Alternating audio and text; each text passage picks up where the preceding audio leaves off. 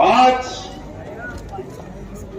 ये जो सभा का ऐलान किया है ये विजय सभा है और आने वाले 23 तारीख को हाफिज भाई विजय चुनाव में अपना जालना से ऐसा जुलूस निकलेगा कि कभी भविष्य ना भविष्य हो, कभी भविष्य में ऐसा हुआ नहीं, ऐसा जुलूस निकलने वाला है। लेकिन इंशाअल्लाह कोई बात नहीं, हमारे हाफिज भाई पूरी ताकत से हमारा जो समाज जबीन समाज है, हम पूरे समाज को बोल रहे हैं कि मेरे तरफ से 10 से 15 हजार वोट में हाफिज भाई को देके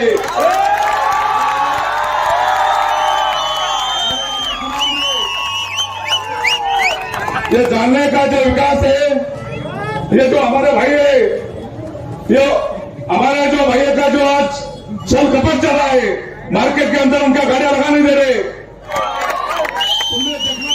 आंखों से हम भी आएंगे लाखों से, हम भी आएंगे लाखों से। और दोस्तों ये अपने को 2024 का जो चुनाव है, हाफिज भाई तो अंदर बनने जा रहे हैं, लेकिन आने वाले 2 महीने में जो महापौर का चुनाव होने जा रहा है, वो चुनाव में हमारे भाई रचित पहलवान वो भी जालना का महापौर बनेंगे। आप संगठन रखो, क्योंकि जिस समाज का शासन होता है उस समाज का शोषण नहीं होता।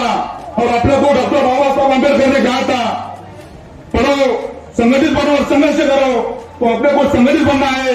और मेरे भाई को मेरी गुजारिश है कि आप यूपी में देख रहे हैं, बिहार में देख रहे हैं, कल बॉम्बे में क्या हुआ, हमारे सिद्दीकी साहब का क्या हुआ, देखो अपनी इतनी बड़ी ताकत है, लेकिन अपन क्यों रुक रहे? संगठन बनाओ। डॉक्टर बाबा साहब अम्बेडकर ने कहा था, जुल्म करने वालों से जुल्म सहने वाला सबसे बड़ा गुनहगार होता है। तो अपन जुल्म सहने वाले नहीं, ये हरामखोरों को इनकी जगह बताओ। और अपना जो संगठन है, आने वाले 20 तारीख को सब अपने कुरान की कसम खाके इंशाअल्लाह अपना सब कुरान का ये लेके बाबा साहब की आपको एक देता हूँ, संविधान की कसम खाके भाई को ज्यादा से ज्यादा वोट से आप चुन के लाएंगे और उनसे रैली में आपका ये अमदार ये विकास से जानने का एक ऐसा होने वाला है कि महाराष्ट्र में अपने जानने का नाम ये महाराष्ट्र के कोने में जाने वाला है। और जालना से हाफिज भाई कई लीड से 25,000 के लीड से विधान भवन में जाने वाले। जय हिंद, सलाम वालेकुम। कराम, मेरी पर्दा नशीन माँ बहनों, अस्सलाम वालेकुम रहमतुल्लाहि व बरकातुहू। वालेकुम अस्सलाम व रहमतुल्लाहि व बरकातुहू। हजारों साल नरगिस अपनी बेनूरी पे रोती है, हजारों साल नरगिस अपनी बेनूरी पे रोती है, और बड़ी मुश्किल से होता है चमन में दीदार पैदा। ये कौम और मिल्लत का जज्बा देखकर मैं जिस तरह से 15 दिन पहले या 1 महीना पहले मेरी अहलिया को मैंने कहा था कि जिन्होंने मुझे कहा, मेरी दोनों बच्चियां जो डॉक्टर है, मेरी अहलिया जो उर्दू हाई स्कूल में टीचर थी,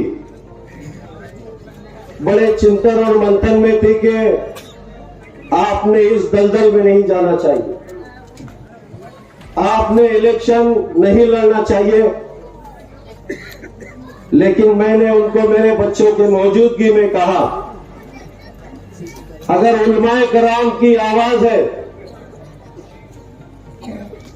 मेरे इस समाज की आवाज है कि अब्दुल हफीज आपने इस विधानसभा क्षेत्र से पार्टी से टिकट मांगना चाहिए और इलेक्शन लड़ना चाहिए, और बाद में अगर पार्टी ने टिकट नहीं दी तो भी आप आजाद उम्मीदवार की हैसियत से इस विधानसभा का इलेक्शन लड़ना चाहिए। तो इस भूमिका को लेकर मैं आज ये इलेक्शन लड़ रहा हूं।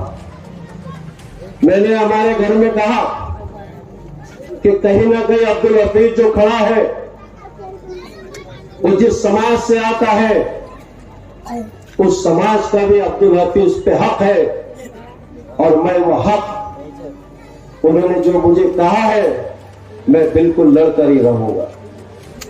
और आज मैं आपके सामने उन उलमाए कराम की दुआओं से, आपकी दुआओं से आज इस इलेक्शन में मैं खड़ा हूं और अल्लाह की जात से उम्मीद हो कि जिस तरह का जज्बा महाराष्ट्र के कहीं विधानसभा में दिखता नहीं, वो जालना विधानसभा में पहली मर्तबा 1947-1952 के बाद में देखने को मिल रहा है।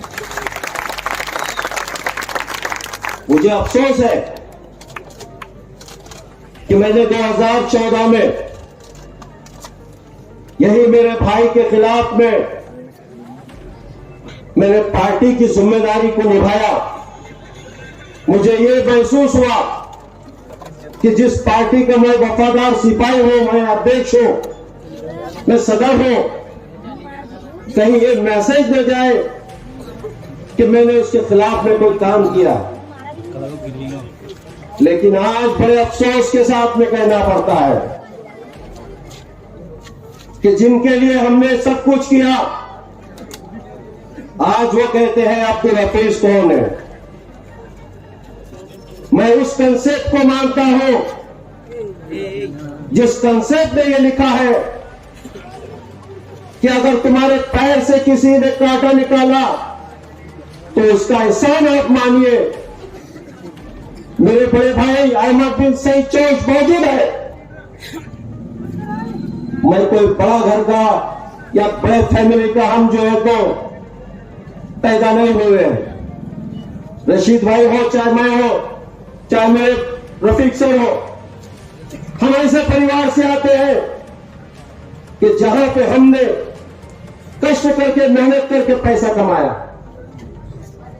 मैं 1993 की आपको बात दिलाता हूं। यह अहमद बिन सईद चौश, जब मेरी शादी हो रही थी, मैंने इनसे 2500 रुपए उधार लिया था और उस 2500 का मैं एहसान आज तक नहीं भूल सकता हूं। मैंने उनके साथ में बहुत हमदर्दी की, लेकिन जो उस टाइम पे मुझे मदद की थी, वो मदद को मैं भूलने वाला नहीं हूं, मरते दम तक नहीं भूलूंगा। ये एहसान का जज्बा हम रखते हैं। मेरा दोस्त, मेरा भाई अगर परेशान हो जाता है तो मेरी कैफियत यह होती है कि वही अब्दुल हफीज जिसने गरीब शाह बाजार के हमारे चाचा की दुकान में जो कब्रिस्तान में है, उस टाइम पे मैं रात वहां पर गुजार के निकाला हूं। मेरा भाई अभी नब्बू, जिसको जाफर कहते हैं, मेरा फुटेरा भाई, मैं मेरे पास्ट टेंस को नहीं भूलता हूं और मैं ये सोचता हूं कि अगर मैं उसके काम नहीं आया तो कल अल्लाह के पास में, वो ईश्वर के पास में मुझे जवाब दे रही है कि तेरे पास में अल्लाह ताला ने सारी चीजें दे दी थी, तूने क्यों मेरे मखलूक क्यों नहीं उसको मदद किया। लेकिन आज अफसोस के साथ में कहना पड़ता है कि जिस पार्टी के लिए मैंने मेरी लाइफ के 35 साल दे दिए, आज अगर हम लड़ने की जुर्रत करते हैं, सारे चीजें हमारे पास मौजूद है, जिनको कहा जाता है कि सारे जोर जो भी इलेक्शन में लगते हैं, वो सारी चीजें अब्दुल हफीज के पास होने के बावजूद हमारी क़यादत को उभारने का काम इन नालायक पार्टियों ने नहीं किया। मुझे अफसोस है कि मेरे चाचा शब्बीर अंसारी साहब और मैं और मेरे बहुत सारे दोस्त अहबाब बॉम्बे और दिल्ली में लगातार टिकट के लिए 1.5 महीना जो है तो हमने कोशिश की है। चुन के आने दीजिए, हम बात करेंगे महानगर पालिका के कमिश्नर से कि आप जब हमको 24 दिन अगर पानी ले रहे तो तुम्हारा अधिकार नहीं है कि 365 दिन का आप टैक्स लेकर के। ये जुर्म हम करके बताएंगे, ये जुर्म होना चाहिए। अगर आप रोड बनाते हैं तो रोड की जो गाइडलाइंस है, जो अलग अलग किताबों में लिखी है कि एक रोड बनने के बाद में कितने साल टिकना चाहिए, अगर रोड क्वालिटी नहीं होती है तो शर्म आने को चाहिए तुम्हारे। पैसा हमारा है, जनता का पैसा है, लूट तुम्हारी है, तुम्हारे नगर सेवक कहां से पैसे कमाने का काम करते, हम नहीं करते। लेकिन अफसोस की बात है, अगर हमने बोले तो हम आज तुम जहां पे सभा लेते वहां पे तुमको पैसे देके लोगों को लाना पड़ रहा है।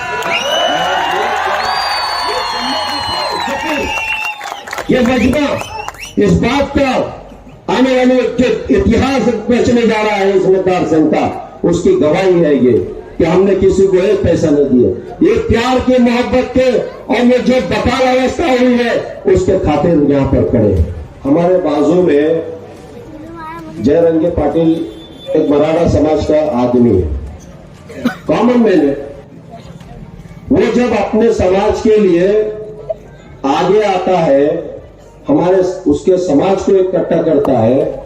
मेरा समाज अगर अब्दुल हफीज के साथ में खड़ा रहता है तो इसमें बुरा क्या है?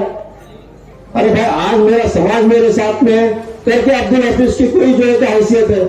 अगर अब्दुल हफीज अकेला तना खड़ा रहा और आप लोग अगर नहीं रहे तो उस नालायक की क्या हैसियत है, उसको मालूम होना चाहिए। तो अगर कोई भी समाज का व्यक्ति अगर उसके समाज के लिए खड़े रहता है, मेरा समाज मेरे साथ में खड़ा है, तो ये वोट जात की बात ही नहीं हो सकती ना। अरे ये समाज तो मेरे साथ साथ खड़ा है, लेकिन इतर समाज जो मेरे साथ में खड़ा है विश्वास के साथ में, तो वोट जात का तो सवाल ही नहीं होता है। हम तो प्यार करने वाले हैं, नफरत करने वाले नहीं है। और जो भी लोग मुझे जानते हैं शहर में, वो जानते हैं कि अब्दुल हफीज क्या है करके। इसीलिए मैं कह रहा हूं कि हम आने के बाद में ये सारी सिस्टम को हम चेंज करेंगे और उनको ऐसा लगेगा कि भाई 35 साल साला हमने गुजार दिए, ये साला ये आकर जो है तो ये 5 साल में अगर कर दे तो हमारे शटर ही बंद होने वाले। ये शटर बंद कर जो नारा लग गया हमारे भाई साहब ने निकाले, तो साला ये तो हमको कभी नहीं होगा।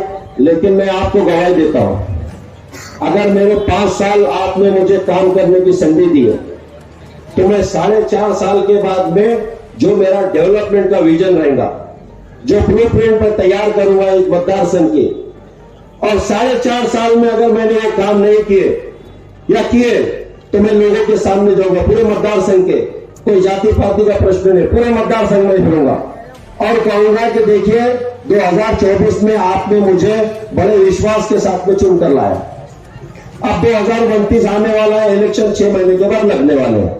अगर मैंने काम किया है, आपको लगता है, तो आप मुझे बताइए कि मैं खड़े रहना चाहिए या नहीं रहना चाहिए।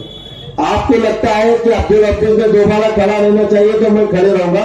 और अगर आप बोलते हैं कि मैं आपने कुछ नहीं कहा, आप घर पे जाइए, अब इसके बाद में आपने उम्मीदवारी दाखिल नहीं करता, तो मैं आपको भरोसा दिलाता हूं कि इस मतदार संघ का मैं लाज रखूंगा और उन्होंने जो आदेश दिया वो आदेश के पालन करूंगा। मैं आपसे एक बार फिर गुजारिश करता हूं कि आने वाली 20 तारीख को मेरा जो निशान है पेन की नींव जो 15 नंबर बटन पर है, उसके भारी अक्षर से आप कामयाब करिए और 23 तारीख को इस झारवा विधानसभा का एक नया इतिहास रचने का काम आप करिए। इंशाअल्लाह ये आने वाले 5 सालों में हम इस शहर का चेहरा मेरा बदलकर जाति जाति में भेदभाव नफरतें फैल गई है, ये नफरतों को मिटाने का काम, यहाँ पे एजुकेशन, यहाँ पे हेल्थ, यहाँ पे अच्छी सुविधा देने का काम हम आने वाले में काम में जुड़े में करेंगे। इतनी बात कहते हुए मैं अपनी बात को खत्म करता हूँ। खुदा हाफिज, जय हिंद, जय महाराष्ट्र।